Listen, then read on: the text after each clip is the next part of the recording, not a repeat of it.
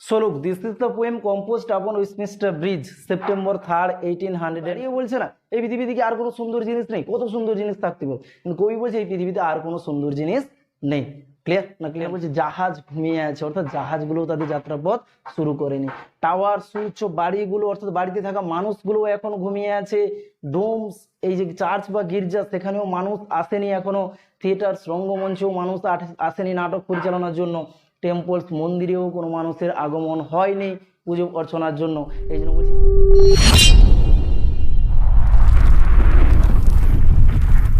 So look, this is the poem composed upon Westminster Bridge, September 3rd, 1802. This is written by William Wordsworth, and before going to the text, you have to know 4 things very carefully. How many things? 4 things. First one is you have to know about the poet William Wordsworth. About the poet William Wordsworth. And here you have to know just very briefly. Okay, you should not go in details. Next, you have to know the background of this poem. Background of this poem. Thirdly, you know that this poem is called a sonnet. This poem is called a sonnet. So you have to know about the sonnet and how many types of sonnets are there in English. Okay, and lastly you have to know the title and theme of this poem. What the theme of this poem is and how the title is appropriate. Is it clear or not? And now firstly we shall discuss few important points about William Wordsworth, and you have to remember this very carefully. So try to read these points. So firstly remember that Wordsworth was born on April 7, 1770. এপ্রিলের 7 তারিখ 1770 সালে তিনি জন্মগ্রহণ করেছিলেন in the Lake District of England, ইংল্যান্ডের lake ডিস্ট্রিক্টে, and died on 23rd April 1850. 1850 সালের 23 April তিনি মারা গিয়েছিলেন। He is the pioneer of all romantic poets. যত রোমান্টিক পোয়েটস তার এজে ছিল তাদের মধ্যে সবচেয়ে পায়োনিয়ার হচ্ছে তিনি। At that time there were few romantic poets like Coleridge, Byron, Shelley, Keats and Blake. Fourthly, we can say that he is a nature poet. He is a nature poet, and his famous statement about the nature is, nature never did betray the heart that loved her. অর্থাৎ প্রকৃতিকে যে ভালোবাসে প্রকৃতি তার সঙ্গে betray করে না, বিশ্বাসঘাতকতা করে না। প্রকৃতিকে যদি তুমি ভালোবাসো তাহলে প্রকৃতিও তোমাকে কি দেবে? ফিডব্যাক দেবে।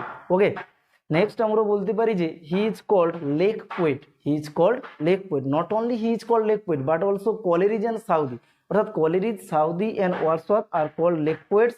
অ্যান্ড এই লেক পোয়েটস বলার কারণটা হচ্ছে যে because of their strong association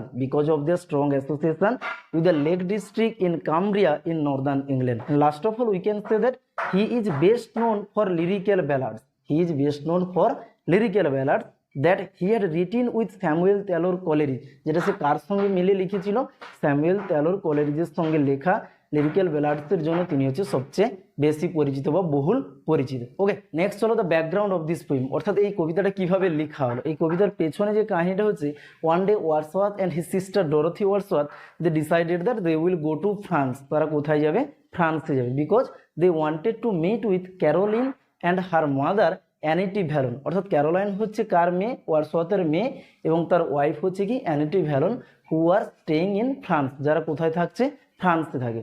so they decided that they will go there and they will meet with Annette Vallon and Caroline. Okay, so this was the day 31 July. কবে তারা স্থির করেছিল এটা? 31 জুলাই। তাই ভোর অর্থাৎ সকাল তারা 5টা বা 6টা নাগাদ শুরু করেছিল তাদের জার্নিটা।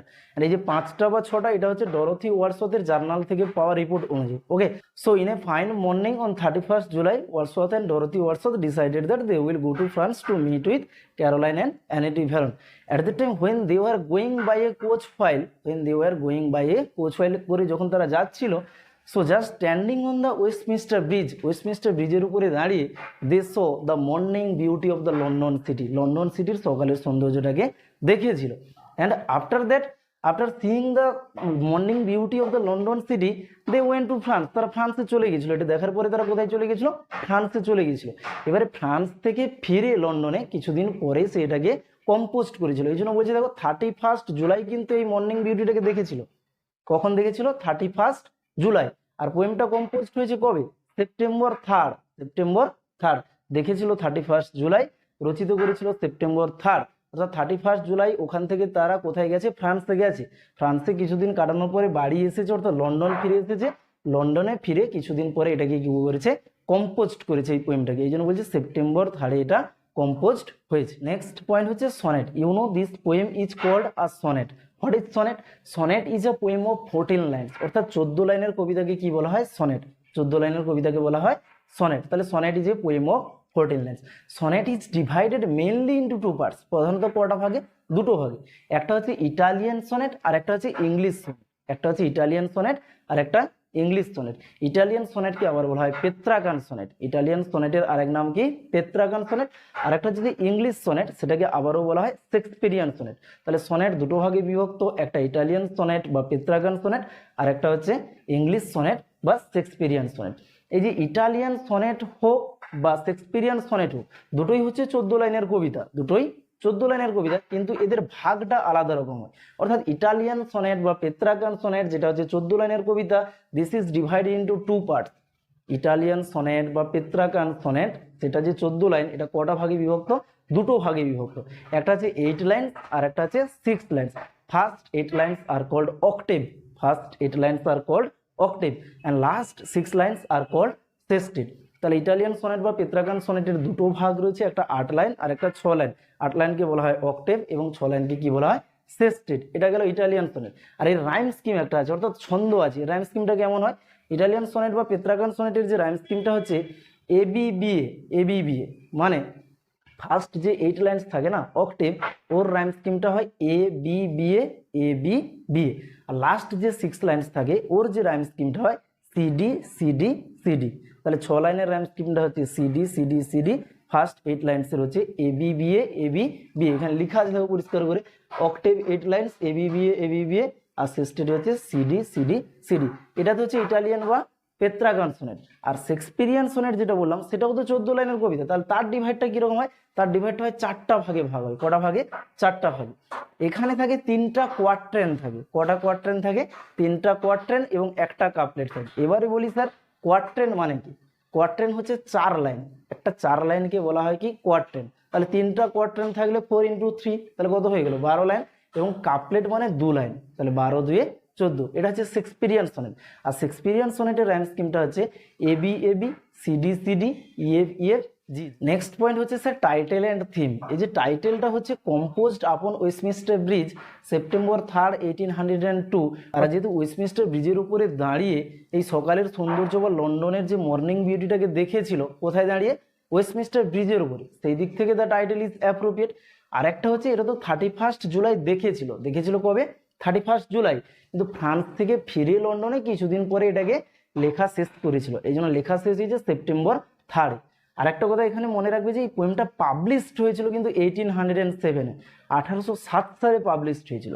আর এটা যেটাতে যে কালেকশনে পাবলিশড হয়েছিল সেটার নাম হচ্ছে পোয়েম 2 ভলিউমস। কোথায় পাবলিশড হয়েছিল? Poems in 2 volumes. Then we can say it that the poet saw the morning beauty of the London city on 31st July 1802, but he composed the poem on September 3rd, 1802. But the poem was published in 1807 and it was published in Poems in 2 volumes. This is the collection name. Okay. So now look at the poem. The name of the poem is Composed upon Westminster Bridge, September 3rd, 1802. This is written by William Wordsworth. So the first line is that earth has not anything to show more fair. আর্থ মানে কি জানো তোমরা? পৃথিবী। কিন্তু এখানে হয়ে যাবে আর্থ মানে পৃথিবীতে। আর্থ মানে পৃথিবীতে। হ্যাজ মানে আছে, নট মানে নেই। তাহলে হ্যাজ নটকে একসঙ্গে বললে নেই। তাহলে আর্থ হ্যাজ নট পৃথিবীতে নেই। এনিথিং মানে কোনো কিছু। তাহলে আর্থ হ্যাজ নট এনিথিং পৃথিবীতে কোনো কিছু নেই। টু শো দেখাতে, মোর অধিকতর ফেয়ার সুন্দর। টু শো মোর ফেয়ার অধিকতর সুন্দর দেখাতে। আর্থ হ্যাজ নট এনিথিং পৃথিবীতে কোনো কিছুই নেই, টু শো মোর ফেয়ার অধিকতর সুন্দর দেখাতে। অর্থাৎ এই পৃথিবীতে সুন্দর জিনিস দেখানোর জন্য আর কিছু নেই। অ্যাকচুয়ালি এখানে কবি বোঝাতে চাইছেন, তিনি বলতে চাইছেন যে there is nothing in this world, there is nothing in this world that can be more beautiful than the morning beauty of the London city. এবার এখানে একটা ফিগার অফ স্পিচ লুকিয়ে আছে যেটার নাম হচ্ছে হাইপারবোল। হাইপারবোল অর্থাৎ সত্যি কি মনে হয় না যে এই পৃথিবীতে আর কোনো সুন্দর জিনিস নেই? অনেক সুন্দর জিনিস তো থাকতে পারে, কিন্তু কবি জোর দিয়ে বলছে এই পৃথিবীতে আর কোনো সুন্দর জিনিস নেই এই লন্ডন শহরের সকালের সৌন্দর্যের তুলনায়। এবারে চলো স্যার এই হাইপারবোলটাকে, এই হাইপারবোলটা হচ্ছে actually it is an exaggerated statement. It is an exaggerated statement to create a strong emotional response, অর্থাৎ এটা হচ্ছে একটা অতিরিক্তভাবে বলা হয়, বাড়িয়ে বলা হয়। কই বাড়িয়ে বলছে না এই পৃথিবীতে কি আর কোনো সুন্দর জিনিস নেই, কত সুন্দর জিনিস থাকতে পারে, কিন্তু কবি বলছে এই পৃথিবীতে আর কোনো সুন্দর জিনিস নেই। ক্লিয়ার না? ক্লিয়ার না? এবারে নেক্সট চলো বলছে ডাল নিস্তেজ বা নির্বোধ হবে, নির্বোধ উড হি বি সে হবে, ডাল নির্বোধ বা নিস্তেজ উড হি বি সে হবে, অফ সোল আত্মার দিক দিয়ে, অফ সোল আত্মার দিক দিয়ে। তাহলে এক কথায় ঘুরিয়ে বলে দেখো, নির্বোধ সে হবে আত্মার দিক দিয়ে, ঘুরিয়ে বলে সে আত্মার দিক দিয়ে নির্বোধ হবে, সে আত্মার দিক দিয়ে নির্বোধ হবে।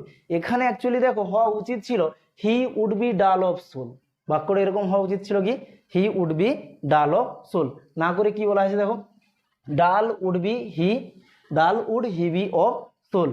এখানে একটা ফিগার অফ স্পিচ রয়েছে, এই ফিগার অফ স্পিচটার নাম হচ্ছে ইনভার্সন। কি রয়েছে? ইনভার্সন। ইনভার্সনের মানে কি? Change of grammatical order for poetical effect, change of grammatical order. যখন কোনো বাক্যে গ্রামাটিক্যাল অর্ডারে চেঞ্জ করা হয়, এটা অ্যাকচুয়ালি হওয়া উচিত ছিল he would be dull of soul, সেখানে না করে করা হয়েছে dull would he be of soul, তখন তাকে ইংরেজিতে বলা হয় কি ইনভার্সন। এবারে দেখো বলছে তাহলে ডাল নির্বোধ বা নিস্তেজ, উড হি বি সে হবে, অফ সোল আত্মার দিক দিয়ে, সে আত্মার দিক দিয়ে নির্বোধ বা নিস্তেজ হবে। কে? হু যে, কুড পাস বাই অবহেলা করে যাবে বা এড়িয়ে যাবে, পাস বাই বলতে অবহেলা করে যাও বা এড়িয়ে যাও, তাহলে সে আত্মার দিক দিয়ে নির্বোধ হবে বা নিস্তেজ হবে, যে কি করবে এড়িয়ে যাবে, যে কি করবে এড়িয়ে। অ্যাকচুয়ালি কবি বলতে চাইছেন যে এমন একটা সুন্দর দৃশ্য দেখে, এমন একটা সুন্দর দৃশ্য দেখে কেউই এড়িয়ে যেতে পারে না, আর যে ব্যক্তি এড়িয়ে যাবে মনে হচ্ছে ওর মধ্যে কোনো সেন্স নেই বা ও কি হয়ে যাবে আত্মার দিক দিয়ে নির্বোধ হয়ে যাবে। অর্থাৎ এক কথায় বলে যে এই ভিডিওটাকে দেখবে তাকে অবশ্যই দাঁড়িয়ে এগে দেখতে হবে, অবহেলা করে চলে যাওয়া যাবে না।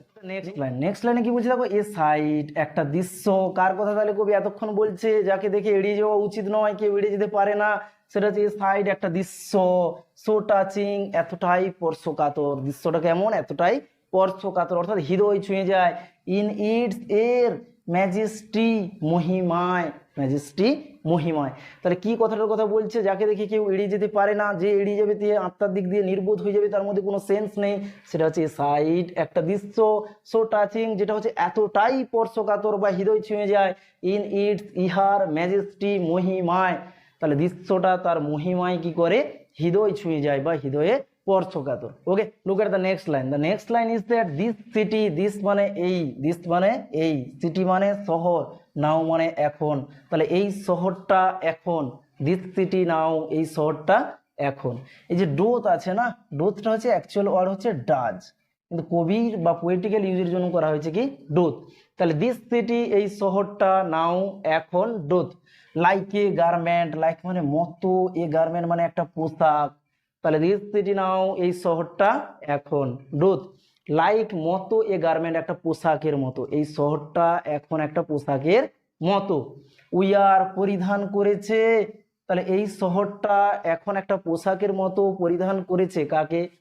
দ্য বিউটি সৌন্দর্যটাকে, কাকে? দ্য বিউটি সৌন্দর্যটাকে, অফ দ্য মর্নিং সকালের, তাহলে এই শহরটা এখন কাকে পরিধান করেছে? সকালের সৌন্দর্যকে, অর্থাৎ this is the time of morning, this is why the poet is saying this city now wears the beauty of the morning. আর এই যে সকালের সৌন্দর্যটাকে পরিধান করেছে কিসের মতো? লাইক এ গার্মেন্ট, একটা পোশাকের মতো। এখানে একটা ফিগার অফ স্পিচ লুকিয়ে আছে, এটা হচ্ছে পার্সোনিফিকেশন। এবারে বলি যে পার্সোনিফিকেশনটা কি sir? when inanimate object is attributed with living quality, inanimate object is attributed with living quality, অর্থাৎ যখন জড় বস্তুকে মানবীয় গুণে আরোপিত করা হয় বা মানুষের রূপ দেওয়া হয়, জড় বস্তুকে মানুষের রূপ দেওয়া হয়, তখন তাকে কি বলা হয়? পার্সোনিফিকেশন। এখানে তাহলে কিভাবে হলো? বলছে এই শহরটা পরিধান করে আছে সকালের সৌন্দর্যকে, শহরটা কাকে পরিধান করেছে? সকালের সৌন্দর্যকে, কার মতো? লাইক এ গার্মেন্ট, একটা পোশাকের মতো। পোশাক কে পরে? শহর কোনোদিন পরতে পারে? পোশাক পরে কে? মানুষ। পোশাক কে পরে? মানুষ। এখানে পোশাক কে পরেছে? শহর। আর শহর যে পোশাকটা পরেছে তার নাম কি? Beauty of the morning.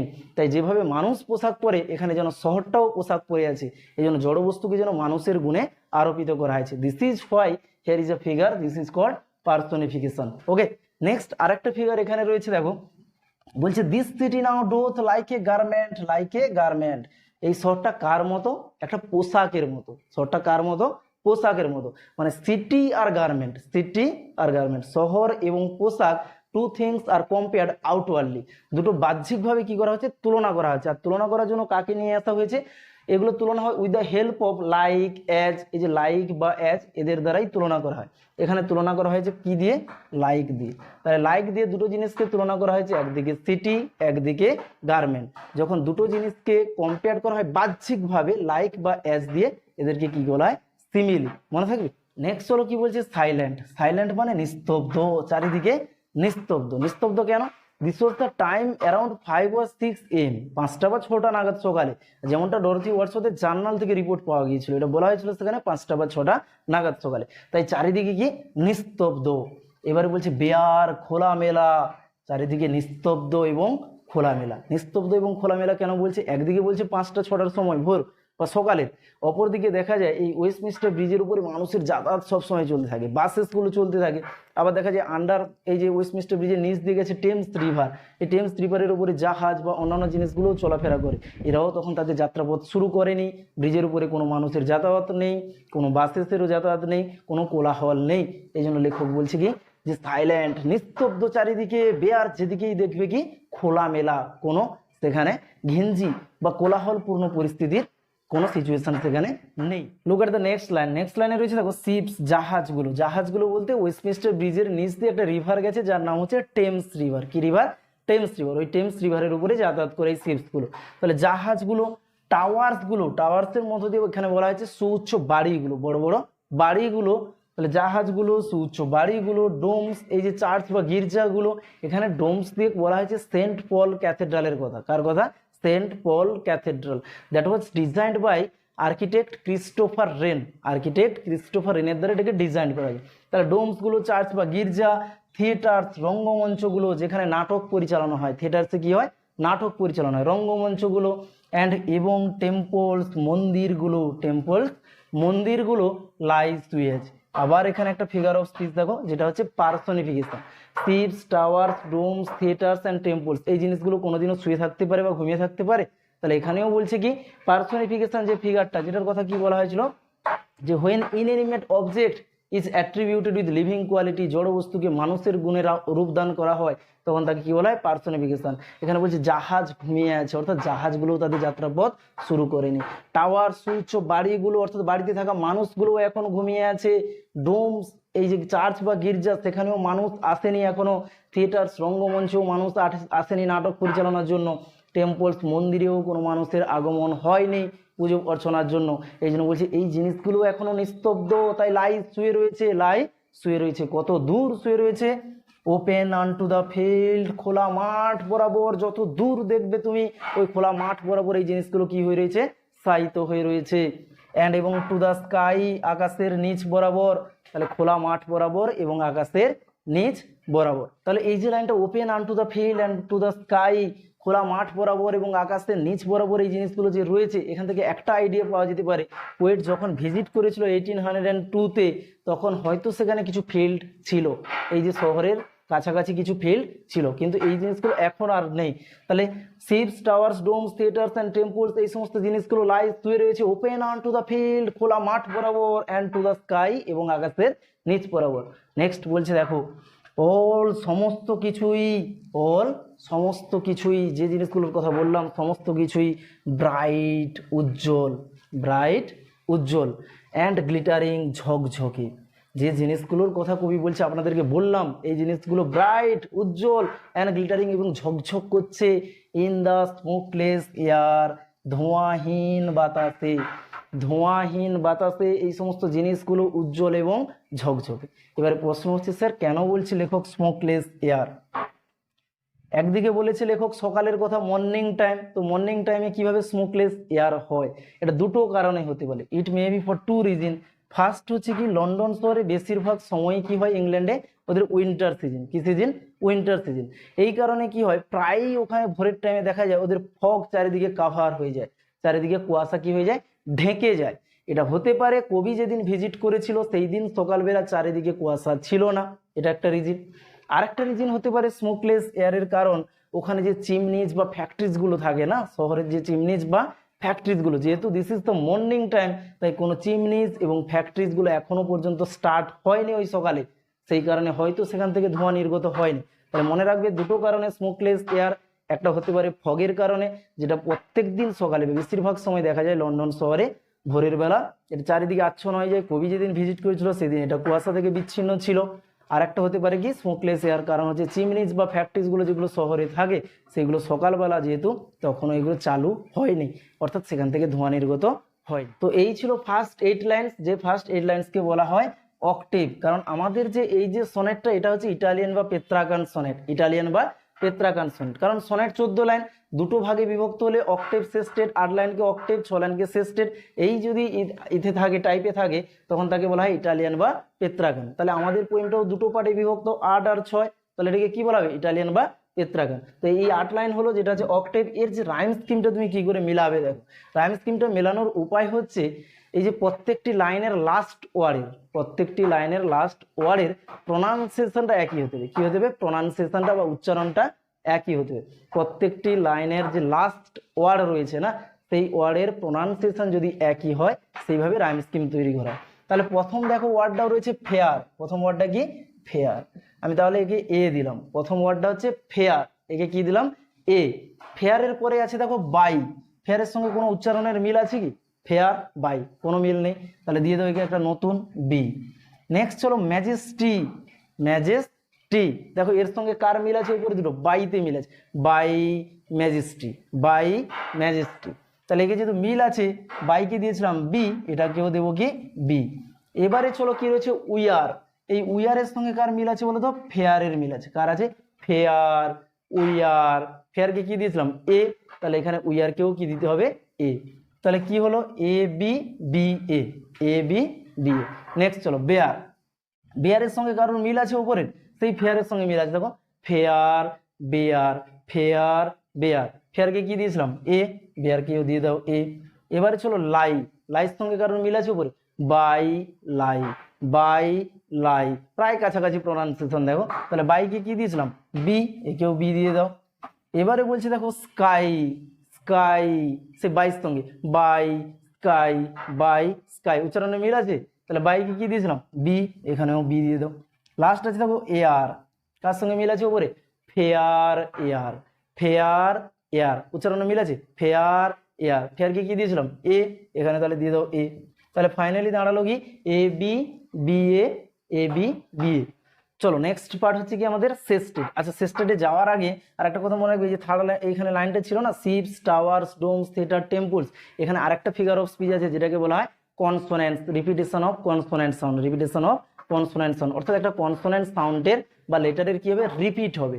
এখানে দেখো রয়েছে এই যে S, ships, tower, domes, theatre, সেখানে শেষে দেখো S S S S S, এই যে এস এর রিপিটেশন হয়েছে বা কনসোনেন্টের রিপিটেশন হয়েছে বলে এখানে কি বলা হয়? Figure consonant. আচ্ছা নেক্সট লুক এট দ্য সেস্টেড। সেস্টেডের প্রথম লাইনটা রয়েছে দেখো নেভার, কখনোই না, ডিড সান, সূর্য, তাহলে সূর্য কখনোইও না, মোর অধিকতর, বিউটিফুলি, সুন্দরভাবে, স্টিপ আলোকিত করেনি। তাহলে never, did sun, more beautifully, steep, সূর্য অধিকতর সুন্দরভাবে আলোকিত করেনি। ইন হিজ, তাহার, ফার্স্ট প্রথম, স্প্লেন্ডার দ্যুতিতে, এর আগে সূর্য কোনোদিনও তার প্রথম দ্যুতিতে এত সুন্দরভাবে বা অধিকতর সুন্দরভাবে আলোকিত করেনি। কাকে? ভ্যালি উপত্যকাকে, রক পর্বতকে, হিল পাহাড়কে। তাহলে ভ্যালি, রক, হিল, উপত্যকা, পর্বত, পাহাড়কে সূর্য এর আগে তার প্রথম দ্যুতিতে এত সুন্দরভাবে আলোকিত করেনি, যেটা আজকে করছে। কবি যে 31 জুলাইতে লন্ডন শহরের যে মর্নিং ভিউটাকে দেখছে না, সেদিন যেভাবে আলোকিত করছে এর আগে কোনোদিনও এরকম আলোকিত করেনি। Look at the next line. এখানেও তাহলে একটা ফিগার অফ স্পিচ লুকিয়ে আছে, হাইপারবোল, অতিরিক্তভাবে বলছে না, যে এর আগে কি কোনোদিনও সত্যিভাবে করেনি। অ্যাকচুয়ালি কবি তো এর আগে কোনোদিনও যায়নি, এর আগে কোনোদিনও যায়নি, যেহেতু সেদিন ফার্স্ট ডে গেছে, ফার্স্ট ডেতে দেখছে, সেই কারণে কবি অতিরিক্তভাবে বলছে। এখানে অতিরিক্তভাবে বলছে কি বলছে না? তাহলে এখানেও রয়েছে কি? হাইপারবোল, বাড়িয়ে বলা হচ্ছে, এক্সাগারেটেড স্টেটমেন্ট। তারপরে বলছে দেখো নেভার, কখনোই না, স আই, স মানে সি মানে দেখা, সি থেকে স, তাহলে নেভার স আই, আমি কোনোদিনও দেখিনি বা কখনো দেখিনি, নেভার স আই, আমি কখনো দেখিনি। নেভার ফেল্ড কখনো অনুভব করিনি, নেভার ফেল্ট কখনো অনুভব করিনি। এ কাম একটা শান্তি, সো ডিপ এতটা গভীর। তাহলে নেভার তো আমি কখনো দেখিনি, নেভার ফেল্ট কখনো অনুভব করিনি, এ কাম একটা শান্তি, সো ডিপ যেটা হচ্ছে এতটাই গভীর। তাহলে কবি কি বলছে, কোনোদিনও সে দেখেনি, কোনোদিনও অনুভব করেনি। এখানেও একটা ফিগার অফ স্পিচ রয়েছে যেটা হচ্ছে inversion, change of grammatical order for poetical effect. এখানে হওয়া উচিত ছিল I never saw, I never felt, হলো। এবারে কি বলছে দেখো, এ কাম একটা শান্তি, সো ডিপ এতটাই গভীর। অর্থাৎ শান্তিটা এতটা গভীর বলতে কি বোঝাতে চেয়েছেন, একদিকে মর্নিং টাইম চারিদিকে নিস্তব্ধ, শান্তি তো রয়েছে, শান্তির যেন গভীরতা রয়েছে, মানে একেবারে এক্সেসিভ শান্তির কথা বলছে, চারিদিকেই শান্তি শান্তি। নেক্সট কি বলছে দেখো, দ্য রিভার, নদীটা, নদী বলতে এখানে টেমস রিভারের কথা বলা হয়েছে। কোন নদী, টেমস রিভার, যেটা গেছে কোন দিক দিয়ে, এই যে ওয়েস্টমিনিস্টার ব্রিজের নিচ দিয়ে গেছে, সেটা হচ্ছে টেমস রিভার। তাহলে রিভার টেমস নদীটিও গ্লাইডেড বয়ে চলে, গ্লাইডেড বয়ে চলে অ্যাট হিজ তাহার ওন নিজের সুইট মধুর উইল ইচ্ছায়, নদীটাও তার নিজের মধুর ইচ্ছায় বয়ে চলে। অর্থাৎ নদীর যে জলটাকেও ডিস্টার্ব করার জন্য কেউই নেই, যেহেতু মর্নিং টাইম শিপসগুলো তাদের যাত্রাপথ শুরু করেনি, তাই নদীও যেন তার আপন বেগে নিজের ইচ্ছায় বয়ে চলেছে, নিজের ইচ্ছায় বয়ে চলেছে। এখানেও দেখো পার্সনিফিকেশন আছে, একটা ফিগার অফ স্পিচ, অর্থাৎ inanimate object is attributed with living quality, জড় বস্তুকে মানবীয় গুণে আরোপিত করা হয়েছে। নদী কোনোদিন তার নিজের ইচ্ছায় বয়ে চলে, মানুষ তার নিজের ইচ্ছায় যেতে পারে কোনো জায়গায়, এখানে নদীকেও বলছে লেখক, নদীও তার নিজের ইচ্ছায় কি করে চলেছে, বয়ে চলেছে। আর নিজের ইচ্ছায় বয়ে চলার কারণটা হচ্ছে মর্নিং টাইম, যেহেতু শিপসগুলো টেমস রিভারের উপরে যাত্রাপথ শুরু করেনি, তাই সে একা নিজের ইচ্ছায় বয়ে চলেছে। এবারে লেখক বলছে দেখো, ডিয়ার গড, দি এক্সক্লামেশন চিহ্ন, হে ভগবান, খুবই আফসোস করছে, হোয়াটস আফসোস করছে এখানে, ডিয়ার গড, হে ভগবান, দ্য ভেরি হাউসেস, এই বাড়িগুলো, ভেরি হাউসেস, এই যে বাড়িগুলো, সিম মনে হচ্ছে অ্যাসলিপ, ঘুমিয়ে আছে। অর্থাৎ কাছাকাছি যে বাড়িগুলো আছে, এই বাড়িগুলোকেও লেখক দেখে বলছে বাড়িগুলো ঘুমিয়ে আছে, বাড়ি কোনোদিনও ঘুমিয়ে থাকতে পারে, এখানেও সেই পার্সনিফিকেশন, অর্থাৎ বাড়ির মানুষেরাও ঘুমিয়ে রয়েছে, বাড়ির মানুষেরাও ঘুমিয়ে রয়েছে। এই জন্য কবি আফসোস করে বলছে, ডিয়ার গড, আরে এত সুন্দর দৃশ্য দেখে কি করে এরা ঘুমিয়ে থাকতে পারে। এই জন্য বলছে, ডিয়ার গড, হে ভগবান, দ্য ভেরি হাউসেস, এই যে বাড়িগুলো, সিম মনে হচ্ছে অ্যাসলিপ, এখনো ঘুমিয়ে আছে। তারপর বলছে এবং অল, সমস্ত কিছু, দ্যাট, এই মাইটি হার্ট, বিশাল হৃদয়ের, এই যে মাইটি হার্ট বলতে এখানে লেখক বোঝাতে চেয়েছেন লন্ডন সিটির কথা। তাহলে এবং অল, সমস্ত কিছুই, দ্যাট মাইটি হার্ট, এই সুবিশাল হৃদয়ের বা এই শহরের, লন্ডন শহরের সব কিছু, ইজ লাইং স্টিল, এখনো ঘুমিয়ে রয়েছে। তাহলে এই লন্ডন শহরের সমস্ত কিছুই যেন এখনো ঘুমিয়ে রয়েছে। তো এই ছিল শেষ স্টেট, যেটা হচ্ছে 6 লাইন। এই 6 লাইনের রাইম স্কিমটা কি লিখা আছে দেখো, সিডি সিডি সিডি। এই রাইম স্কিমটা কি করে মিলাবে দেখো, শেষ ওটা কি রয়েছে, স্টিপ, কি রয়েছে, স্টিপ। আচ্ছা, উপরে যে ফেয়ার, বাই আর যতগুলো ছিল এদের সঙ্গে কোনোটার সঙ্গে মিল আছে কিনা দেখো, খুঁজে দেখবে এর সঙ্গে কোনোটারই মিল নেই। স্টিপ একটা নতুন ওয়ার্ড, তাহলে এখানে নতুন যেহেতু তাহলে এ বি হয়ে গেছে, আমাদের কি আসবে, সি। এ বি তো আগে হয়ে গেছে দুটোর জন্য, নেক্সট নতুন এলো বলে আমরা কি দিলাম, সি।